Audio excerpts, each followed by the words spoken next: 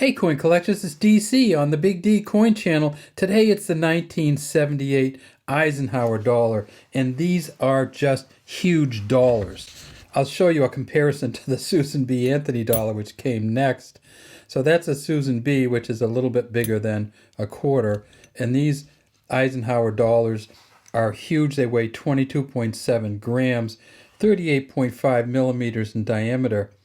1978 was the last year they made them. They tried a few times to get dollars going in the United States and haven't done well. This one, though, seems to make sense that it didn't work because they're so huge.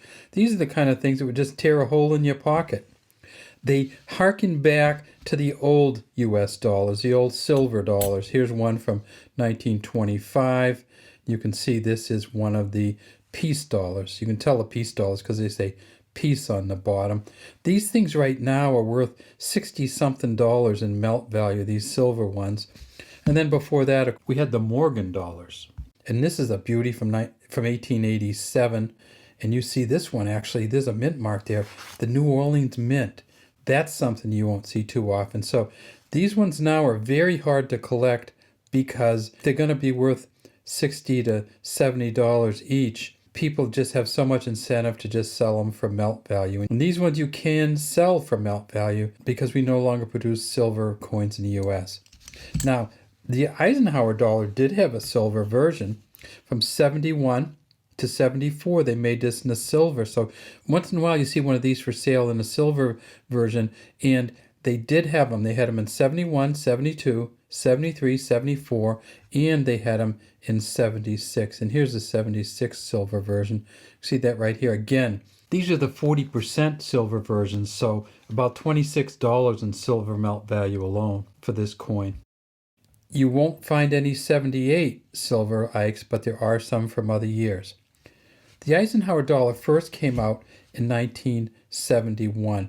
They wanted to try the dollar again because these things last so much longer than paper dollars, but people just weren't having them. This is a 1971 D from the Denver Mint. You can see the mint marks. They put them right there underneath the neck.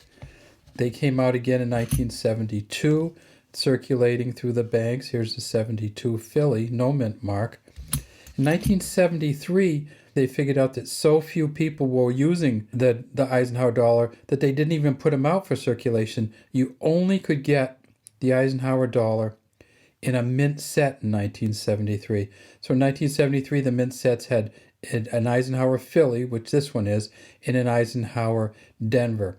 So if you look for those 1973s, they're hard to find because they only made about 4 million of them. The next one after that, they did make them in 74. Again, they came out with kind of a really low number of them, but they weren't just in mint sets. You could get them in general circulation. In 1975, no Eisenhower dollars were made. In fact, no coins at all were made for the dollar, half, or quarter. They were getting ready to make the bicentennial coins, and that's what this one is. This one actually came out in 1975. Late 1975. It's a bicentennial Ike with the moon and the Liberty Bell on the back, and it says 1776 to 1976 on it, and that's an S. You can tell there this is a proof coin. So in 1975 and 1976 you had the bicentennials. 1977 just back to the regular Ikes again, and then in 1978 we had these ones. We had the Philadelphia, no mint mark here. We had the Denver, which has the D mint mark. And this one is that old Phil D from the 70s. Then, of course, in 1978, they had the proof ones. And this is just a beautiful proof coin here. A little bit of film on it from the packaging. It has the S on there. Let's take a look at the back of this one. All right, look at that. So it's the eagle landing on the moon, United States of America at the top, $1 here at the bottom, the earth over the eagle's shoulder, and the eagle, the sign of war or strength for the United States, is holding an olive branch, the sign of peace, and landing on the moon. 13 stars around the outside of the eagle, and then of course you can see the craters on the moon. Now if this looks a little bit familiar, it turns out that in 1979 when they moved over to the Susan B. Anthony's, the Susan B. Anthony's took the same exact reverse. as the Eisenhower dollar. A lot of people were a little disappointed with that too, that they didn't take the time to make a new reverse. They just made it smaller and put it on the back of the Susan B to keep the dollar going. Well, how many did they make? And what's the value of them? Let's take a look.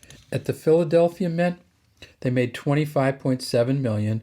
These are 75% copper, 25% nickel. If you tip them up on the side, you'll see that it's a pure copper center with a copper nickel backing on it. In fact, you can tell they're copper by this one from 71.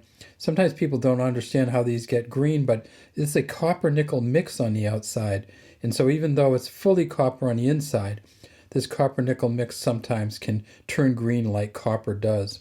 For the Philadelphia coin, at a Mint State 65, these are worth $24, but they have found some Mint State 67s that are worth $6,750. So there's some valuable ones out there, but they have to be in incredibly good shape. At the Denver Mint, they made $33 million. You can see that little tiny D there. You can't see the center of it. It's just a blob. In God we trust there under Eisenhower's chin.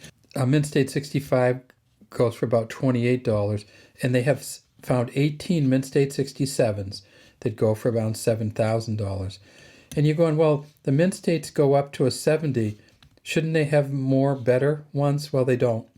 There just aren't any really, really good quality Eisenhower dollars out there. Once you get to Mint State 67, that's it. What about the proof dollars? Well, they're in pretty good shape. And here's one of them here. And that's that S there, little tiny block S. But that's the only S that came on these Ikes. This is a deep cameo proof version. They made 3 million proof coins at San Francisco.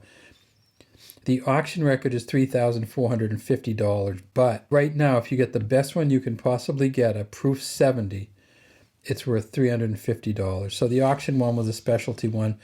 The really max value on these is about $350, and that's for a graded proof 70, and they've graded 554 of them. So in 1978, they said, we're going to have to just stop making these. And they had a couple different candidates. They actually had the Sacagawea was considered for 1979, but they ended up going with the Susan B. Anthony. This is a 79, so they made it in 1979, the Susan B., 1980, 1981, and then they didn't make it again until 1999. But back to our coins. If you're looking for these Ikes, they're not going to be hugely expensive. You can probably get most of these for somewhere around $2 to $3 for the circulating versions. And you can probably get this proof version here for somewhere around $5 or less. All right, that's all we have today from Big D Coins. We'd love to have you subscribe to the Big D Coin channel and leave any comments you have in the comment section.